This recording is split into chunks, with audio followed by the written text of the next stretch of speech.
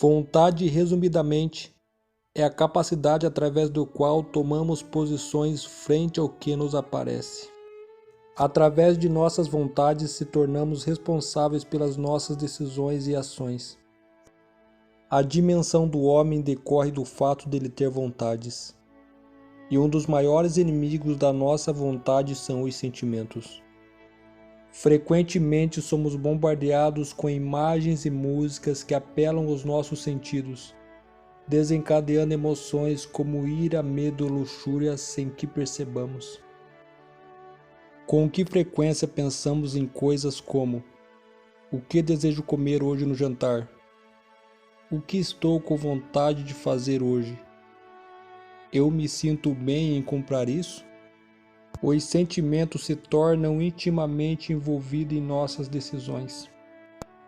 Entretanto, eles não são necessariamente ruins, mas o que sinta a respeito de algo pode ter pouco a ver com o que é certo ou melhor. Na verdade, nossos sentimentos podem mentir para nós, pois enganoso é o coração mais do que todas as coisas.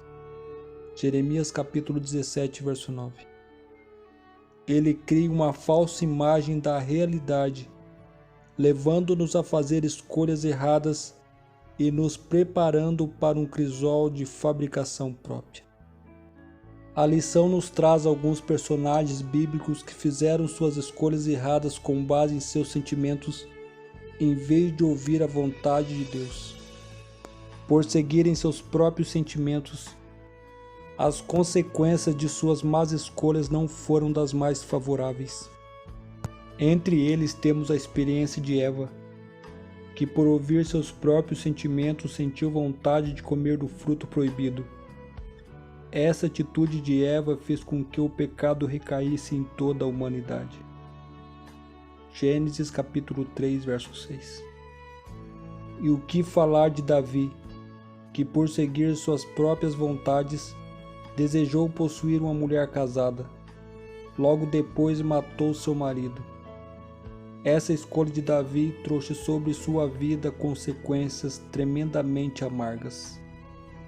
Samuel capítulo 11, verso 2 e 4. Na verdade, o ser humano, por causa da sua liberdade, é capaz de mudar o rumo de sua vida com muita facilidade. Ele tem diante de si a opção de um sim ou por um não, dando-lhe possibilidades muito amplas de escolha e de discernimento conforme as decisões de sua vontade. As consequências dessas decisões são previsíveis, mas nem sempre o homem consegue perceber isso a tempo. O fato é que é necessário conhecermos a capacidade que o homem possui antes da queda e a capacidade que ele perdeu por causa da queda. A doutrina do livre-arbítrio nos leva a algumas considerações, não sobre a capacidade do homem, e sim sobre sua fraqueza, miséria e incapacidade para fazer aquilo que é espiritualmente bom. O apóstolo Pedro convida-nos a consagrar nossos corações a Deus, a fim de que dominemos nossos sentimentos. Disse ele: portanto, cingidos os lombos do vosso entendimento, sede sóbrios, e esperai inteiramente na graça que vos ofereceu na redenção de Jesus Cristo. 1 Pedro capítulo 1, verso 3. Ao fazer a vontade do Mestre, precisamos chegar ao ponto de reconhecer plenamente o poder e a autoridade da Palavra de Deus, quer ela concorde ou não com nossas opiniões preconcebidas. Temos um poderoso livro-guia. O Senhor nos falou a nós, e sejam quais foram as consequências, devemos receber sua palavra e praticá-la na vida diária. De outro modo, estaremos escolhendo nossa própria versão do dever e fazendo exatamente o oposto daquilo que o Pai Celestial nos mandou fazer.